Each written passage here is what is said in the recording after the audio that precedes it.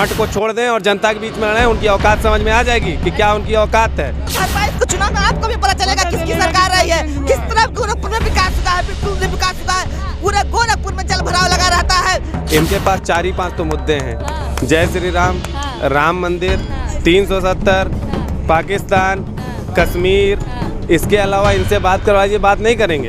यही पीछे के मोहल्ले में गोरखपुर के नगर विधायक जी का आवास है, ठीक है। तो आप ये कहना चाहते हैं कि नगर विधायक जी अपने घर के सामने में, अपनी गली में सफाई नहीं रखते हैं, उनके घर के सामने में जल भराव होता है। गूगल पे सर्च करिए, बेरोजगारी दर यूपी में श्रेष्ठतम स्तर पे है। इनके परम पूजनीय और हमारे मुख्यमंत्री कहते हैं कि यूपी के लोग उस लायक नहीं है कि उनको नौकरी दी जाए। भाई कितना पढ़े हो? 10 मार्च को आपको पता चलेगा उत्तर प्रदेश की जनता किसका सपोर्ट कर। मेरे व्यक्तिगत सपोर्ट करने से वंचित मैं बिल्कुल। विधायक सांसद उनसे संतुष्ट नहीं है तो जनता को क्या संतुष्ट करेंगे? यही प्रदर्शित कर रहा है कि उनके जो सांसद विधायक मंत्री हैं वो संतुष्ट नहीं है भारतीय जनता पार्टी से। ये लोग सेंगर के पक्ष में मोर्चा निकालने वाले लोग हैं। ये कहाँ महिलाओं के सम्मान में बोलेंगे? हमारे यहाँ के जो विधायक हैं राधा मोहन दास अग्रवाल जी 5 साल में कभी दिखे नहीं। उनके सामने दाऊदपुर मोहल्ला है, उधर भी आप जाएंगी, वहाँ भी पूरी पानी लगी हुई है, गंदगी है एकदम। योगी जी ने तो बोला था कि 100 दिन में हमने गड्ढा मुक्त करेंगे, इनके अधिकारियों ने उसको गलत सुन लिया। अच्छा। उनको लगा गड्ढा मुक्त नहीं, हमको गड्ढा युक्त करना था। और रिपोर्ट अभी 2012 में आया था, योगी जी की सरकार 2017 में आई है। आप कह रहे हैं कि योगी जी लाए, क्या गजब नॉलेज है ही नहीं है, बात कर रहे हैं। हमारे प्रधानमंत्री जी के बारे में जानते हो? वो भी पहले चाय बेचते थे। हाँ, मोदी जी। वो भी पहले चाय बेचते थे, आज देखो प्रधानमंत्री बन गए। हम भी उससे एक कदम आगे बढ़ेंगे। द लाइव टीवी, सच सबसे आगे। नमस्कार, मैं आपके साथ प्राची पांडे और स्वागत है आपका द लाइव टीवी में। दोस्तों, मौसम बेहद सर्द है। फिलहाल मैं गोरखपुर में हूं और बेहद सर्द मौसम है और ऐसे में कहीं ना कहीं सियासी पारा भी लगातार बढ़ता जा रहा है। सर्द मौसम पर भी बात करेंगे, सियासी पारे के बारे में भी हम आपसे बात करेंगे, लेकिन उसके पहले इस सर्दी में हम आ गए हैं फिलहाल नौका विहार एक इलाका है गोरखपुर का, वहाँ पर। और वहाँ पे हमें एक बड़ा मतलब इंटरेस्टिंग नाम नजर आया, बेवफा चाय वाले। अब भाई सर्दी है, चाय तो जरूरी है, तो हम यहाँ पर आ गए हैं बिन बेवफा चाय वाले से बात करने। भैया, जब चाय वाले बेवफा हो जाएंगे देश कैसे चलेगा? क्या नाम है तुम्हारा भाई, ये बताओ? शिवा। शिवा नाम है। क्या तुम चलाते हो ये पूरा हम चलाते हैं। क्या उम्र है तुम्हारी? बहुत बिजी है शिवाजी। उम्र बताओ अपनी। 12 साल के हैं और चाय बेचते हैं। अच्छा ये बताओ, हमारे प्रधानमंत्री जी के बारे में जानते हो? वो भी पहले चाय बेचते थे। हाँ, मोदी जी हैं। हाँ। पसंद है तुमको? हाँ। तो वो भी पहले चाय बेचते थे, आज देखो प्रधानमंत्री बन गए। हम भी उससे एक कदम आगे बढ़ेंगे। अच्छा, प्रधानमंत्री जी से एक कदम आगे बढ़ेंगे। अच्छा जी, क्या बनना चाहते हो बड़े होके? अरे अब क्या बनेंगे, क्या बताएं? क्या बताएं? चाय बेचते रहोगे? तुम तो कह रहे हो एक कदम आगे बढ़ेंगे। चलिए, खैर इस बच्चे से हमने बात की और ये छोटा सा बच्चा जो है ये पूरा स्टॉल चलाता है। और इसके बाद जो है जाहिर सी बात है कि जब ये बेवफा चाय वाले नाम के स्टॉल से ये काम कर रहा है, तो ऐसे में प्रधानमंत्री जी और जो अभी फिलहाल की सियासत है उस पर बात करना भी बनता है। तो हमारे साथ कुछ लोग जुड़े हुए हैं, उनसे हम पहले बात करेंगे, जानेंगे कि यहाँ गोरखपुर का सियासी हाल क्या है। ये कह रहे हैं कि इस बार 80 और 20 का जो है वो परसेंटेज देखने को मिलेगा। 80 वो लोग जो राम मंदिर को सपोर्ट करते हैं और 20 वो लोग जो राम मंदिर को सपोर्ट नहीं करते, यानी मुस्लिम तबका। तो आपको क्या लगता है? देखिए, अगर यह सच्चाई होती तो योगी जी अयोध्या छोड़कर गोरखपुर नहीं आए होते, एक सेफ सीट की तलाश नहीं कर रहे होते। अगर इस बात में इतनी ही सच्चाई है तो वो अयोध्या से क्यों नहीं चुनाव लड़ रहे हैं? जबकि खुला तौर पे उन्होंने खुले तौर पे उन्होंने घोषणा कर दी थी। तमाम जो इंटेलिजेंस एजेंसियां हैं इनकी, जो इनके सर्वे हैं गवर्नमेंट सरकारी तंत्र का जो उपयोग करके इन्हें पता चला है, इनके सर्वे में ये स्पष्ट हुआ है कि वो बुरी तरीके से अयोध्या में चुनाव हार रहे हैं, जो कि इनके हिंदुत्ववादी एजेंडा को। राम मंदिर बना दिया। देखिए, ये लोग देखिए इनके पास 4 ही 5 तो मुद्दे हैं, जय श्री राम, राम मंदिर, 370, पाकिस्तान, कश्मीर। इसके अलावा इनसे बात करवाइए, बात नहीं करेंगे। अच्छा, तो गोरखपुर से आकर के लड़ रहे हैं, यहाँ पर भी मठ है, यहाँ से भी तो जीत जाएंगे। देखिए, जो व्यक्ति ये लोग कहते हैं कि हम परिवारवादी लोग नहीं हैं, ये मठाधीश हैं, मठ छोड़कर आए योगी आदित्यनाथ और जनता के बीच में लड़ें। मठ को छोड़ दें और जनता के बीच में लड़ें, उनकी औकात समझ में आ जाएगी कि क्या उनकी औकात है। और ये लोग कहते हैं कि हम परिवारवादी लोग हैं। परिवारवाद की परिभाषा क्या जानते हैं ये लोग? परिवारवाद और वंशवाद की परिभाषा ये लोग हम लोग को बताते हैं कि कांग्रेस पार्टी परिवारवादी पार्टी है। जो मठ है हमारा, उससे जो बड़े महंत थे वो सांसद थे, उसके बाद उन्होंने इनको उत्तराधिकारी बनाया। ये परिवारवाद नहीं है। ये परिवारवाद नहीं है कि अपने उत्तराधिकारी को चुनाव लड़ा देना, ये परिवारवाद नहीं है। अगर कांग्रेस पार्टी में प्रियंका गांधी जनता की समस्याओं को लेकर आगे बढ़ती है तो वो परिवारवाद हो जाता है। और यहाँ मठ का एक व्यक्ति जो बड़े महंत के बाद अब छोटा महंत सांसद हो जाता है लगातार 25 साल तक, और जो अपनी सांसद नदी को उपयोग नहीं कर पाता है, और वो जब जनता के बीच में आता है वो मुख्यमंत्री बनता है, तो वो परिवारवाद नहीं है। इनके हिसाब से परिवारवाद, प्रियंका जी का समर्पण जनता के प्रति, वो परिवारवाद है। इनके कलराज मिश्र के, अभी कल के अखबार में हमने पढ़ा कि कलराज मिश्र अड़े हुए हैं अपने सुपुत्र को चुनाव लड़ाने के चक्कर में, वो परिवारवाद नहीं है। जब यहाँ प्रियंका गांधी और राहुल गांधी का नाम आता है तो परिवारवाद हो जाता है। एक सवाल है, क्योंकि अभी यूपी में जब चुनाव की बात होती है तो यूपी में चुनाव बिना जातिवाद के नहीं हो सकता है, ये मानते हैं नहीं मानते? तो जाति पर हम बात करते हैं कि पहले तो अपना परिचय दे दें आप। जी, राहुल पांडे। जी राहुल जी, ये बताइए कि जाति पर जब बात होती है उत्तर प्रदेश के चुनाव में, तो ये माना जाता है कि ब्राह्मणों की जो वोट बैंक है वो बहुत अहम होता है, ठीक है? तो अब कहीं ना कहीं ये देखा जा रहा है कि भाजपा से ब्राह्मण तो नाराज थे ही, जिस तरह से कभी नाराज नहीं। अभी जो विकास दुबे का कांड हुआ उससे नाराज नहीं थी? बिल्कुल नहीं। जो गैंगस्टर है वो तो मारा ही जाएगा, और जो सही है इंसान वो तो अपनी ज़िंदगी अपने हिसाब से ही जिएगा। अच्छा, तो ये बताइए। और दूसरी चीज़ ये है कि जो अभी भाई साहब कह रहे थे कि गोरखपुर में या ये पूर्वांचल में विकास नहीं हुआ है, लेकिन अगर आप 100 में से 95 लोगों से अगर आप बात करेंगी तो 95 लोगों का यही मत होगा कि गोरखपुर में विकास पहले से बहुत ज्यादा विकास हुआ है। अभी कुछ महीने पहले मैं बता रहा हूँ आज यहाँ पे कुछ महीने पहले राहुल भाई जिस घर में रहते थे, हमारे जानने वाले हैं, उनसे पूछिए, निकलने की रास्ता था, ये विकास था। ये अपने घर से निकल पा रहे थे राहुल भाई आप अपने घर से निकल पा रहे थे? जल भराव की स्थिति क्या थी? मैं एक चीज कह रहा हूँ भाई, एक मिनट, पिछले 5 साल में क्या यहाँ पे इतनी जनता खड़ी होती थी? बोलिए। ये जो परियोजना पीछे सन 87 से ये परियोजना थी, और ये शायद अभी नए गोरखपुर में है। राहुल भाई हमें नहीं पता है। इसी नौका विहार में मैं कक्षा 6वीं में पढ़ता था और मैं यहाँ पर आता था, और ये थोड़ा सा माहौल बेहतरीन हो गया है समय के हिसाब से। सड़कें जो माहौल हुआ करती थी, 4 लेन हो जाता है। परिवर्तन है, देखिए ये परिवर्तन है। मुख्यमंत्री वीर बहादुर सिंह जी तब नौका विहार का कार्य शुरू हुआ था, उसके बाद सरकार चेंज हो गई, तमाम सरकार चेंज हो गई, इस काम को रोक दिया गया था। 2022 में आपको पता लगेगा, आपको 2022 को चुनाव में आपको भी पता चलेगा किसकी सरकार रही है, किस तरह गोरखपुर में विकास हुआ है। बिल्कुल नहीं विकास हुआ है, पूरे गोरखपुर में जल भराव लगा रहता है। इनका पार्षद से लेकर मेयर, विधायक, सांसद, मुख्यमंत्री भी गोरखपुर के थे, लेकिन फिर भी आप हर तरह का, आप किस मोहल्ले में रहते हैं? यही गोरखपुर का पौष इलाका गोरखपुर का पौष इलाका तारामंडल माना जाता है। मैं भी उसी मोहल्ले में रहती हूँ, रुस्तमपुर वार्ड नंबर 40 में। जाकर देख लिए, ठेवने पर पानी लगी रहता था। इसको विकास कहते हैं? एक सवाल है हमारा, गेट के सामने सफाई ना करे तो जल भराव होगा। मैं करता हूँ, मैं झाड़ू ले, मैं ये नहीं दिखा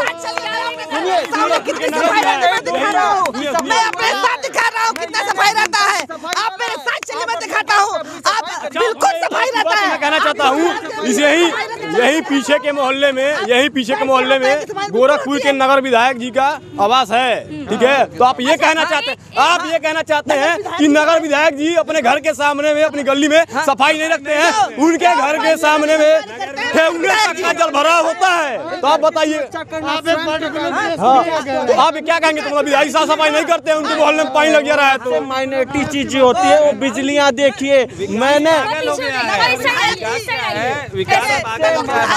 सबसे माइनॉरिटी चीज जो है बिजली है। नगर विधायक जी के घर के पास पानी लगता है, वो पंप लगवा के पानी हटवाते हैं, इसको ही विकास कहा जाता है। बल्ब जलता हुआ नहीं देखे थे, मोबाइल नहीं चलाते थे भाई साहब, इससे पहले मोबाइल नहीं चलाते थे। 98 में संचार क्रांति जब आ रही थी तो यही अटल बिहारी वाजपेयी कंप्यूटर का विरोध कर रहे थे। आज ये डिजिटल इंडिया बना रहे हैं। वही कह रहा है, कहा जाता है। सुनिए, मैं बता दूं प्राची जी, आपको स्पष्ट तौर से बता दूं, ये वही लोग हैं जो कांग्रेस द्वारा पहनाए गए जूते को बार बार पॉलिश कर करके जनता को दिखा रहे हैं। सुनिए सुनिए, मैं आपको बता दूं, भारतीय जनता पार्टी के लोग कांग्रेस द्वारा पहनाए गए जूते को बार बार पॉलिश कर करके लोगों को दिखा रहे हैं कि ये नया जूता है, ये नया जूता है। हमारा सवाल है, क्योंकि अभी कोरोना का वक्त आ भी रहा है, चुनाव को लेकर के भी ये लोग कह रहे हैं कि कोरोना बढ़ रहा है, ठीक है, हाँ आपने मास्क लगाया है इसलिए अच्छी बात है। लेकिन मैं आपसे जानना चाहती हूँ कि अभी कुछ दिनों पहले नीति आयोग की एक रिपोर्ट आई थी, उसमें ये कहा गया कि एक भी मृत्यु ऑक्सीजन सिलेंडर की वजह से नहीं हुई है। क्या आप इस बात को सत्यता से मानते हैं? सिर्फ इतना बताइए। मैम ग्राउंड पे तो मैं नहीं हूँ, देखिए ग्राउंड पे अगर होता तो मैं इस चीज़ को वेरीफाई करता कि ये गलत है या सही है, लेकिन जो मैं अपने नॉलेज पे जान रहा हूँ उसके हिसाब से ये है कि कहीं ना कहीं थोड़ी चूक तो हुई है, कहीं हुई है कहीं नहीं हुई है, ठीक है, कहीं तो पे ये लेकिन अफसोसजनक तो ये है ना कि आयोग की जो है रिपोर्ट ये आती है और ये कहती है कि ऑक्सीजन सिलेंडर की एक भी मौत नहीं हुई है। ऐसा संभव है? आप खुद बताइए। मैम इस बारे में देखिए, क्योंकि वो लोग डेटा से एनालाइज कर रहे हैं, हम तो एक आम इंसान से एनालाइज कर रहे हैं, तो हम इस बारे में नहीं बता सकते हैं। अच्छा ठीक। देखिए ये साफ तौर पर झूठो और प्रचार की सरकार है। इतने इनका प्रधानमंत्री जो कहता है कि इनका गृह मंत्री और रक्षा मंत्री कहते हैं कि ऑक्सीजन से एक भी मौत नहीं हुई। आप ही खुद बता रही हैं कि नीति आयोग कहती है कि ऑक्सीजन की कमी थी। इनकी प्रचार और झुट्टों की सरकार है। देखिए ये मुख्यमंत्री भी इसी तरह से लगातार मुख्यमंत्री कहे हमने 16 लाख रोजगार दिए। इनका जो क्या नाम है श्रम मंत्री कहा कि हम 4 लाख रोजगार दिए। और आज ही आप देख लीजिए, अभी गूगल पे सर्च करिए, बेरोजगारी दर यूपी में श्रेष्ठतम स्तर पे है। आज़ादी के बाद जो बेरोजगारी दर है वो श्रेष्ठतम स्तर पे है। दूसरी बात, ये लोग मंदिर विकास इन पे बात कर, जो रीजनेबल मुद्दे हैं, रोजगार पे नहीं बात करेंगे, ये रोजगार पे नहीं बात करेंगे। इनसे जहाँ कहेंगे ना हिंदू मुस्लिम भारत पाकिस्तान मंदिर मस्जिद के अलावा कोई मुद्दे नहीं है। देश प्रदेश में बेरोजगारी चरम सीमा पे है, युवा राष्ट्रीय बेरोजगारी। एक छोटी सी बात महाराज, जब कांग्रेस की सरकार थी अनपढ़ लोगों को रोजगार मिल जाता था, आज की सरकार में अनपढ़ लोगों को रोजगार नहीं मिलता है। आपके मुख्यमंत्री, हमारे मुख्यमंत्री, इनके परम पूजनीय और हमारे मुख्यमंत्री कहते हैं कि यूपी के लोग उस लायक नहीं है कि उनको नौकरी दी जाए। भाई कितना पढ़े हो? मिला है, कितना पढ़े हो? मैं कमा रहा हूँ 50,000 महीना, बायजूस में जॉब कर रहा हूँ। बायजूस में जॉब करते हैं, बायजूस बहुत बहुत आपको हमारी ओर से शुभकामनाएं, हमारी ओर से शुभकामनाएं। देखिए ये देश पूरी तौर पे पूंजीवादियों के हाथ में जाता जा रहा है। इतना ही रोजगार भारतीय जनता पार्टी युवाओं को दी होती तो माननीय प्रधानमंत्री नरेंद्र मोदी जी के जन्मदिन पर ट्विटर पर बेरोजगार दिवस वो नहीं राष्ट्रीय मुख्यमंत्री जी के जन्मदिन पर प्रदेश का बेरोजगार दिवस नहीं बनाया जाता है। किसको सपोर्ट कर रहे हैं? अरे भाई मेरे उत्तर प्रदेश में कांग्रेस पार्टी की सरकार बनेगी, बिल्कुल बनेगी। समर्थन की क्या बात है? मैं सुनिए मैं बेरोजगारी की बात कर रहा हूँ, सपोर्ट की बात। सपोर्ट तो 10 मार्च को आपको पता चलेगा उत्तर प्रदेश की जनता किसका सपोर्ट कर। मेरे व्यक्तिगत सपोर्ट करने से बनती तो मैं बिल्कुल। छोटा सा एक प्रश्न है, कांग्रेस की सरकार में कितनी रोजगार थे ये आप बता दीजिए। बहुत कूद रहे हैं, कितना रोजगार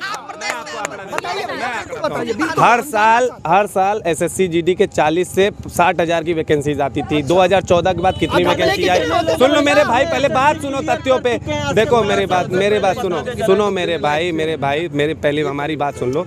हर वर्ष एसएससी जीडी की 40 से 60 हजार भर्तियाँ आती थी। 2014 के बाद आप एक भी नोटिफिकेशन दिखा दीजिए कि एसएससी, जबकि रक्षा मंत्रालय ये कह चुका है कि हमारे देश में सैन्य जो बल है उसकी कमी है। सैन्य बल की कमी होने के बावजूद रक्षा मंत्रालय का बजट काट दिया जाता है। ये देश के रुक जाइए, ये लोग राष्ट्रवाद सैनिक पे राजनीति करते हैं। इसीलिए बोल रहा हूँ। देखिए ये फिर अब जिंदाबाद, इनके पास और कोई काम नहीं है। जिंदाबाद, जय श्री राम। अभी रोजगार हिंदू मुस्लिम के अलावा कुछ बात नहीं करेंगे। और भाई साहब बोल रहे हैं कि बैजू में कोचिंग करते हैं। यह जो राष्ट्रीय बेरोजगार दिवस, प्रदेश बेरोजगार दिवस का जो शुरुआत किया था, यह जो राष्ट्रीय स्तर के कोचिंग संचालक है उन्होंने इसका नेतृत्व किया था। तमाम यूट्यूब पे चलाया था और ट्विटर पे हैंडल पे चलाया था, ट्रेंड में थे। तो अभी जिस तरीके से विधायक जो है वो एक तरह से एक पासे से दूसरे पासे में जा रहे हैं, वो कहीं ना कहीं जो है वो भाजपा का एक वीक पॉइंट नजर आ रहा है। विधायक सांसद उनसे संतुष्ट नहीं है तो जनता को क्या संतुष्ट करेंगे? यही प्रदर्शित कर रहा है कि उनके जो सांसद विधायक मंत्री हैं वो संतुष्ट नहीं है भारतीय जनता पार्टी से। भारतीय जनता पार्टी वो पार्टी है जो अपने कार्यकर्ताओं का सम्मान, अपने लोगों को संतुष्ट नहीं कर पा रही है। वो जनता को क्या संतुष्ट करेगी? यहाँ 2-4 लोग रहती भैया। हमारा माँ बाप चाचा के जब सीटियाँ मिली ना तो बहुत संतुष्ट रहती। मामा चाचा विधायक बहुत यही बात मैं इस भाई को समझ में नहीं आ रहा। यही बात मैं इसे समझा रहा था कि बड़े महंत सांसद थे, छोटे महंत अगर सांसद नहीं होते तो क्या होता। छोटे महंत आए थे तो क्या थे। और जब सुनिए यही ये वंशवाद की बात करते हैं। आज के दिन कलराज मिश्रा ये कह रहे हैं कि हमारे मामा राजनाथ सिंह जी हैं, उनके लड़के नोएडा से लड़ रहे हैं, पंकज सिंह जी ना, वो क्या परिवारवाद नहीं है। हाथरस की जो महिला है, जिस महिला जिसकी मौत हुई है उसकी माँ, उसको जो है वो टिकट मिल रहा है कांग्रेस की तरफ से, इस पर क्या कहेंगे आप? मैडम मैं उस पूरे ये बलात्कारियों के साथ देने वाले लोग हैं, ये कहाँ बोलेंगे। ये लोग सेंगर के पक्ष में मोर्चा निकालने वाले लोग हैं, ये कहाँ महिलाओं के सम्मान में बोलेंगे। इनकी नीति झलकती है। 107 टिकट हुए, उसमें 10 भी महिलाएं नहीं है पूरी तरीके से। ये लोग क्या बोलेंगे। ये महिलाओं का अपमान करने वाले लोग हैं। ये इस देश में बलात्कार, ये किसानों के हथियारों को बचाने वाले लोग हैं, बलात्कारियों को प्रेरित करने वाले लोग हैं। ये वो लोग हैं, ये महिलाओं का सम्मान नहीं जाते। महिला और इस देश के किसानों का सम्मान कांग्रेस पार्टी में है। कांग्रेस पार्टी ने वो करके दिखाया। हमारी अभी 125 की सूची जारी हुई, 41% महिलाओं को टिकट मिला है, 40% युवाओं को टिकट मिला है। विश्वजीत, क्या परेशानी बता रहे थे आप? जी, हमारे यहाँ के जो विधायक हैं राधा मोहन दास अग्रवाल जी 5 साल में कभी दिखे नहीं। और उनके घर के सामने आप जाइए, पूरी रोड पे जब भी बारिश होगी ना कोई नाला बना ना सड़क बनी। अभी भी जाके देखिए आप, रोड वैसे ही है, खराब ही है, पानी लगा रहता है। उनके सामने दाऊदपुर मोहल्ला है, उधर भी आप जाएंगी, वहाँ पे पूरी पानी लगी हुई है, गंदगी है एकदम। तो ये भाजपा तो हमेशा कहती है ना कि हमने सड़कें बनवा दी हैं। मैं भी गोरखपुर जब आई तो मैंने देखा, मतलब ओवरऑल तो सड़कें बनी हैं, लेकिन जब इंटीरियर में गए तो वहाँ पर सड़कें जो है वो काफी मतलब गड्ढे थे उसमें। तो गड्ढा मुक्त हो गया, वो कहाँ हुआ? गड्ढा युक्त में बदल गया। गड्ढा मुक्त। योगी जी ने जो बोला था कि 100 दिन में हमने गड्ढा मुक्त करेंगे, इनके अधिकारियों ने उसको गलत सुन लिया। उनको लगा गड्ढा मुक्त नहीं, हमको गड्ढा युक्त करना था। जितना भी यहाँ से है, जैसे हम लोकल खैलाबाद के रहने वाले हैं, हमारा घर खैलाबाद से मैदान विधानसभा में है। ड्रेनेज सिस्टम नहीं दे पाया है इस 5 साल में एक प्रॉपर पुख्ता, रुको भाई मेरे बोल लेना, पुख्ता ड्रेनेज सिस्टम नहीं दे पाया। जो मुख्यमंत्री अपने जिले को, पहले क्या था कि जो गोरखपुर में जल जमाव की स्थिति थी 1 साल पहले, देख लीजिए बारिश उतनी ही थी औसतन, मौसम विभाग के रिपोर्ट में आप जाएंगे 1 साल पहले क्या स्थिति थी, आज क्या जलभराव की स्थिति है। इनके लोग लगातार जमीनों को कब्जा कर रहे हैं, जमीनों को बेच रहे हैं। इनका मठ उनको संरक्षण देता है और ये लोग पूंजीपति लोग हैं। ये पूंजीपतियों को देखिए, खुद हमारे मुख्यमंत्री योगी तो है नहीं, योगी नहीं है। योगी क्या होता है, संत होता है। संत व्यापारी नहीं होता है। व्यापार तो शुरू कर दिया अपना, एक क्या नाम, यूनिवर्सिटी बनवा ली, मेडिकल कॉलेज बनवा लिया, तमाम चीजें बनवा ली कि आने वाले समय में मुख्यमंत्री तो रहेंगे नहीं, खर्चा कैसे चलेगा। तो यूनिवर्सिटी से निकलेगा, हम जैसे आम छात्रों को चला जाएगा, वहाँ पे डोनेशन लिया जाएगा एडमिशन लेने के बाद, उसके बाद उससे उनका खर्चा चलेगा। तो ये व्यवसायी है, संत है नहीं, योगी है नहीं, तो ये व्यवसाय कर रहे हैं, हम लोगों को ठग रहे हैं। और इसी सवाल के साथ आपके साथ क्या कहना? मैम, अगर योगी जी, हमारे यहाँ गोरखपुर के योगी जी माननीय यशस्वी मुख्यमंत्री हुए और उन्होंने अपना विकास करना चाहे, देखिए अगला चाहता है, लेकिन उससे बैठे नीचे लोग अगर उसी पैसे का दुरुपयोग करें तो ऊपर बैठा व्यक्ति क्या कर सकता। उन्होंने हमारे विकास के लिए कई देखिए, गोरखपुर में जो काम हम इलाहाबाद करते थे, उनके आने से हमारा वही काम, वही बोर्ड ऑफिस गोरखपुर में बनाया गया। गोरखपुर में अब पहले हम 2017 से पहले बाहर जाने के 2017 से पहले बन गया था board office.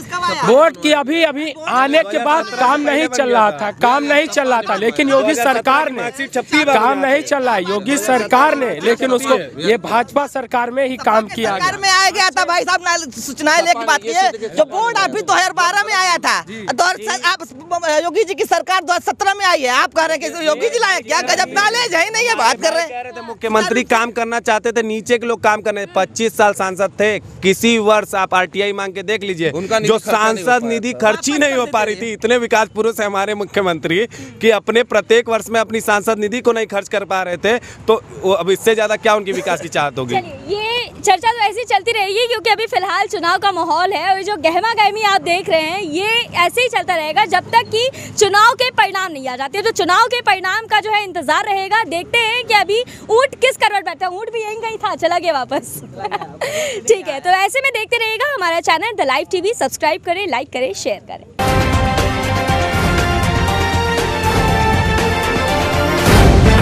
The live TV, सच सबसे आगे।